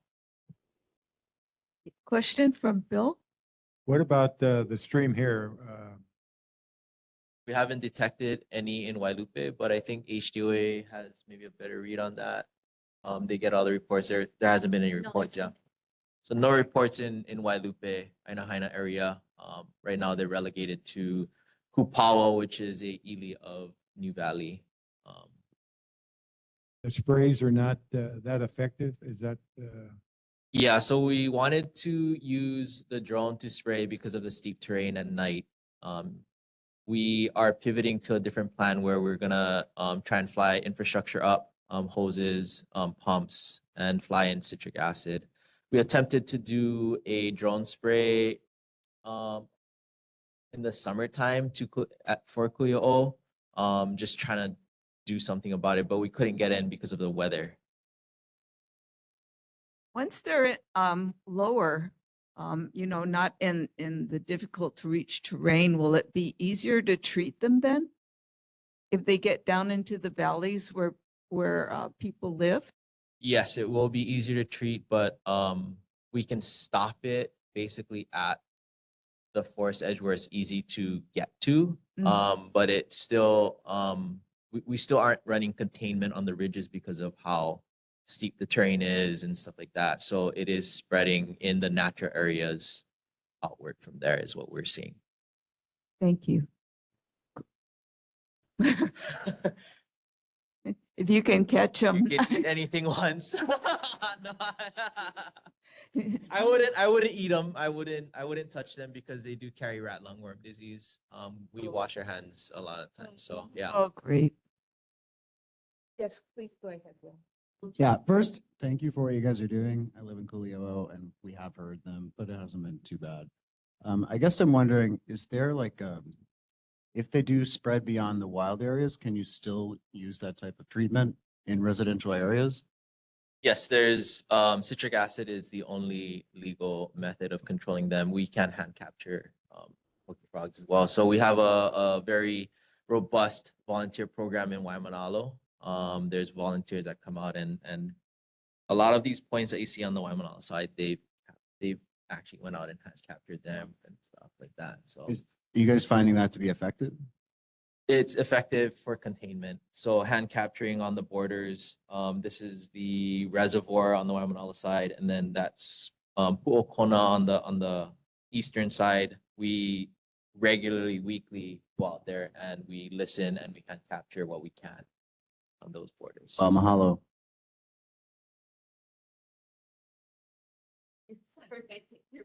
I'm stunned about the rat lungworm. I mean, I knew I hated them, but I didn't know. So that it's not. How long have we known this? I mean, I never hear about that's a thing with the coqui frogs because that ups the level of danger significantly. Because you definitely don't want rat lungworm getting near pets or people and so forth. Yeah, it's bad. It's a carrier of rat lungworm disease. Yeah. Well, thank you for all you for all you've tried doing, and please don't stop. Go get those buggers. We really appreciate you coming and talking to us today. And when would you like to come back for the next update? I think I don't know about you guys, but I think a yearly update is what we could do. I'm in the field a lot and trying to do a lot of the operational things as well as, try and inform everyone. And I'd be happy to if you have any questions, I have my card, my work email and stuff like that. I'm happy to correspond in any way and Thank keep you you. We guys have updated. one more question for you. Oh, go ahead, sir. Go ahead, Nate. Sorry, really quickly. It's sort of up to you folks. If you would like more regular updates, OISC has several outreach staff. They were unavailable tonight, so that's why you see me. But we can show up more frequently, probably, if you would like. Ryan is really, really busy. He's taking the lead on a lot of the field operations, and Jessica as well. So we don't want to take them away from that important work, but they can provide updates to us if they can't be here, and we can have one of our outreach staff come and provide updates as much as you folks need. So just let OIS know, or any of us know how frequently you'd like to come. Otherwise, we'll just reach out and contact you every year for at least an annual update. Thank you. Every 6 months. Suggestion, Bill? Well, yearly is not good. This is pretty severe. And we need an update much more frequently than on a yearly basis. So I'd suggest if we can, have you folks come back. Quarterly, perhaps. Yes, please, Shelley. Hi, Shelley Hem. How could we support you to make this more frequent? You're clearly very busy and there's a lot going on. Is there something we could do that would make it easier for your group to make more frequent visits? Or should we start asking for volunteers on this side to apply these citric acid treatment? Certainly if we start hearing coqui, right? It's a very different kind of terrain. I would hate to have anyone get injured, especially volunteers on Kuli'ou'ou side. Right now, they're not at the neighborhood right now. We would love to have volunteers come out to the Waimanalo side and see what it's like before we start to develop a program. And I'm more than happy to develop a volunteer program on this side. As far as Forest and Wildlife is that's kind of like my kuleana. There are very experienced volunteers that have permits to go in at night in any forest reserve to catch coqui frogs on my end.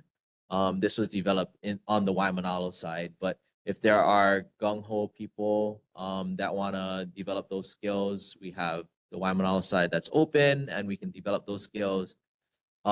It helps when people are up there at the summit and going up at night and figure out, hey, like, this is where they are, this is where they're spreading, etc. That's one way. I'm only one person. I don't have a crew. Jessica is only one person. She doesn't have a crew. We're just kind of supporting each other as best we can.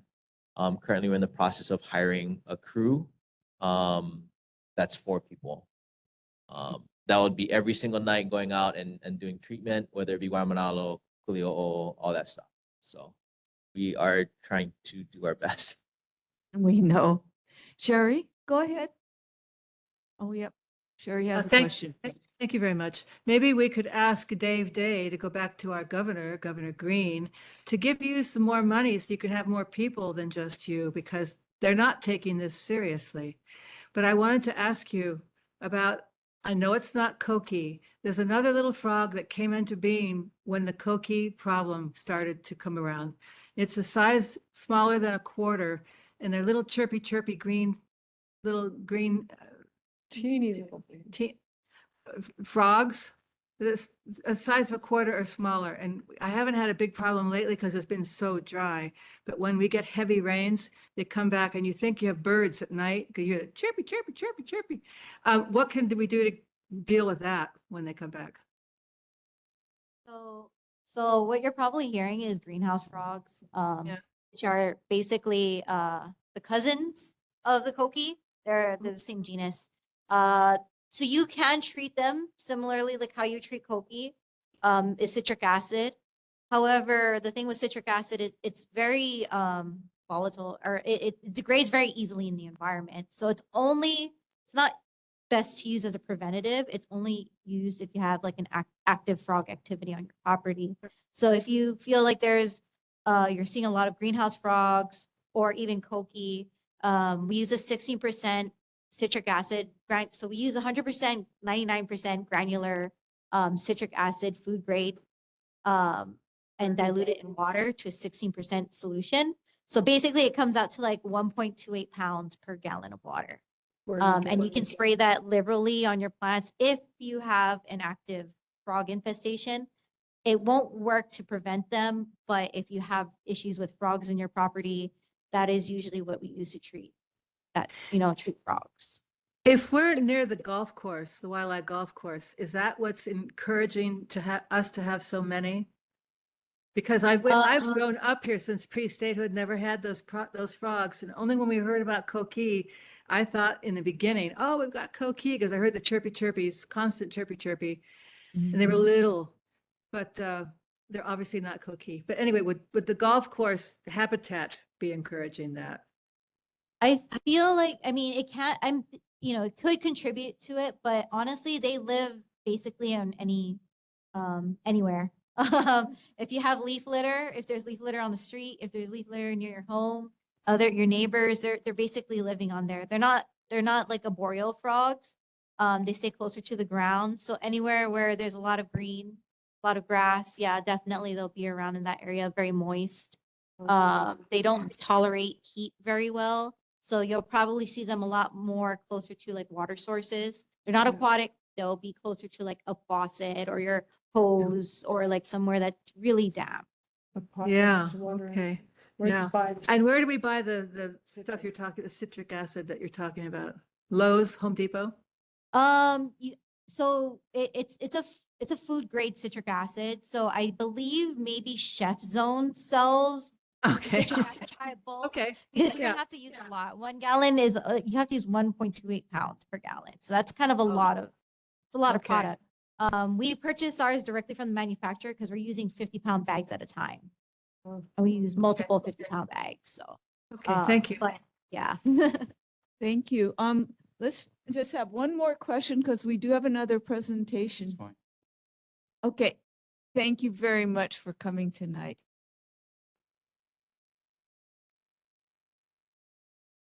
Doug, thank you. I would like to introduce Doug Harper, who many of you already know. And Doug, thank you for being patient. Please go ahead.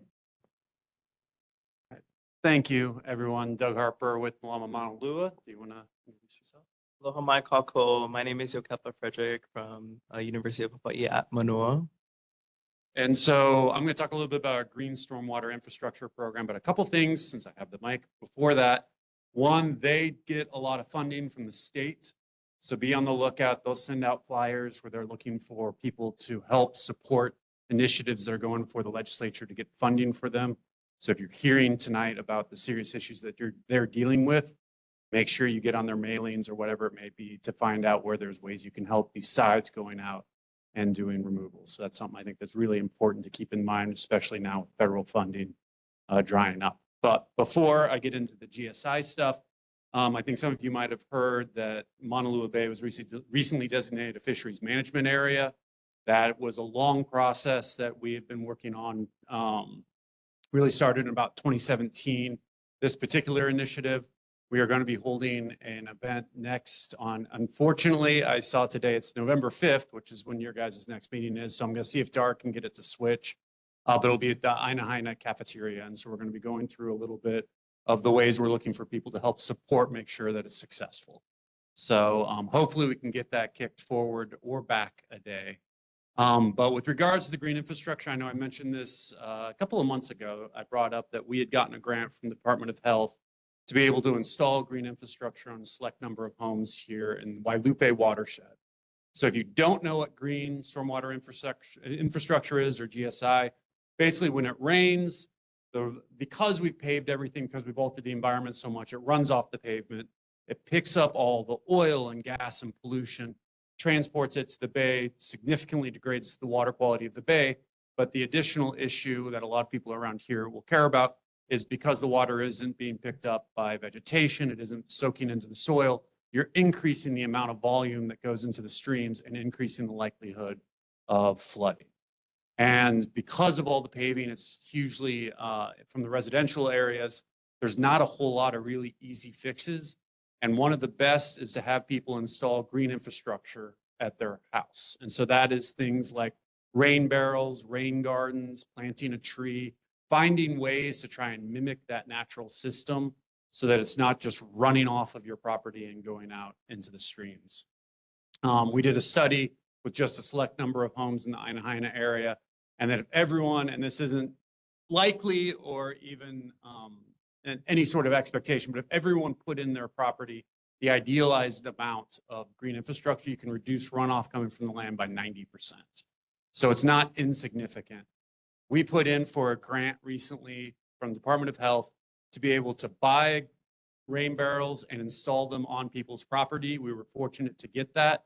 We have approximately, I think it's 150 to 200 barrels that we'll be able to give to people in the Wailupe area.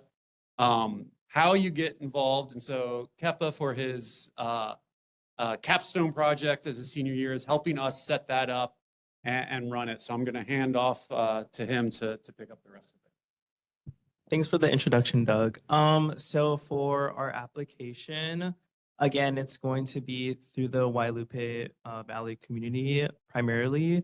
And you can find the application on Malama Maunalua's website, www.malamamaunalua.org. It should be on their home site, and there's a hyperlink to the Google form to fill out, or you can scan the QR code for your convenience.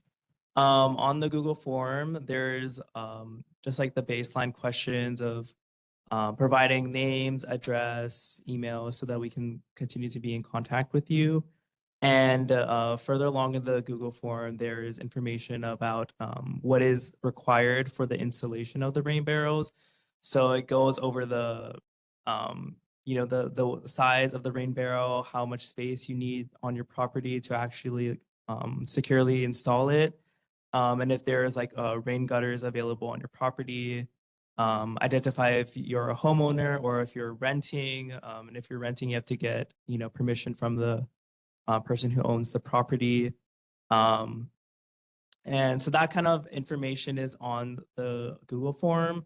And right now we're just conducting like a survey of applicants who are interested in continuing with this process and installing the rain barrel. As Doug mentioned, it can significantly decrease, pollution from runoff and all of these negative things that we don't want going back into our environments and into our communities. Yeah. Anything else? I think just as many people as you can get, even if they're not in the Wailupe community, have them sign up, because when we go for future grants to be able to continue doing this throughout the Mauna Lua region, if we can say, oh, well, we have 500 people already signed up, grantors love to see that, as opposed to paying for us to have to go out and do the recruitment. So. www.malamamaunalua.org. And it should be up in the banner or whatever. It says sign up through that. And again, if you're not in Wailupe, anyone in this region or really anyone on the island, sign up. We can try and find funding to get that. Thank you so much for doing this. It's good news that you still have availability of rain barrels, because I heard that you guys were maxed out and couldn't take any more applicants. So Yeah. I'm glad that there's still capacity for improving our runoff management here. Yeah, and so that was an incentive program we hosted for the entire island for Oahu, and we'd already hit the limit that we'd been able to do for that program. It's a pilot program. There's a second round of funding that we're going to go for to try and hit some of the homes that we weren't able to, that had applied, met the criteria, but we just didn't have enough funding to do. But in part, to talk about the importance of having people sign up. Because we did that, we were able to show that there was a number of people in the Mauna Lua Bay region that wanted this. And so from that, we were able to go to the Department of Health and say, look at all the people already interested. And so big mahalo to the Department of Health for helping us. Yes, go ahead. Does the tank come with a pump or is that separate? So the way it works, you get the installation pipe, the short answer is it's separate. But just kind of describing it a little bit is you get the rain barrel, and then it's elevated a little bit so you can still drain it through gravity. But if you want a pump to be able to take it to the house or your plants or your yard or anything like that, if Steve was still here, he would talk about like this is a really good way to reduce your water use as well. For 7 years in Papua New Guinea and in the highlands, we only had at that time rain barrels and a pump. Yeah. So I really applaud this. Well, we'll have you for some of the installations then. Great. I was wondering too, because I think the community-based programs are great, but since we're the neighborhood board and we have access to city council and the state agencies, are there bills or policies that we can put in place? I know counties in California, because of their lack of fresh water, have laws around required permeable surfaces for new home builds of a certain square footage. Is that for like so that the driveways aren't so heavily concrete? Is that something that we've looked into in Yeah, and I Honolulu? know the stormwater utility fee is something the city has been looking at for a while, and that's going to help fund some of this to basically start reducing some of that permeable pavement. You would probably know in a lot of respects better than I do, but there are a ton of different bills that have been proposed. There's ways to try and get, requirements for folks to do this. And I know that for a lot of homeowners, they don't like hearing that there's new requirements on what they can and can't do with their land. But a lot of the issues we're dealing with are because we didn't deal with that before. And we're going to keep dealing with it until we start doing some of these simple practices like rain barrels, rain gardens, etc. So Dory, I don't know if that answers totally what you were. Yeah, no, just I think thinking through possible bills we could encourage at the city level. Yeah, thanks for mentioning that. Yeah. Janine has a question for you. Go ahead, Janine. Hi, Doug. I did contact your grant person, and they said unfortunately Neo Valley did not qualify. So I'm a little disappointed. She said you can go to City Mill and get your rain barrel, and we went, and it's so tiny. Where do you get your rain barrels? Because I really like yours. Yours are big. Yeah, and apologies for that. And the reason, just so you understand why, is you have to have a state approved or city and county approved watershed management plan. And only one right now is for Wailupe. And so that opens up a pot of funds. We're looking into seeing if we can get that expanded into other watersheds so that we can open up this for others, but it's not going to be through this funding cycle. We ordered ours online, and I'm trying to remember the name of it. You've been with us for 2 weeks. I expect you to know this. I don't remember. Yeah, I don't remember. We can share. But yeah, ours, they were ordered from off island. And part of the reason was this is just, we needed for the other program, like 200, there weren't going to be enough on island. And like what you're saying is they're nice and they're big and they look great. So yeah, I'll share that with you. All right, thank you. I'm gonna apply for our house. Do it. Thank you both, and Okepa, what a great capstone project. Very fortunate. Yeah, We're happy to have yeah. huge help. Thanks again All for right. coming, and we hope you get a lot of business from Wailupe. So do we. Thank you. Thank you. We have our closing announcements. So our next meeting is scheduled for the 5th, Wednesday, November 5th. So I hope we have an opportunity to participate in the meeting that Doug was mentioning. Huh? Walks night. Oh my goodness. I don't know what to do about that. Anyway, thank you all for coming tonight and for making our communities better. We appreciate you all, and let's call it a night. The meeting is now adjourned.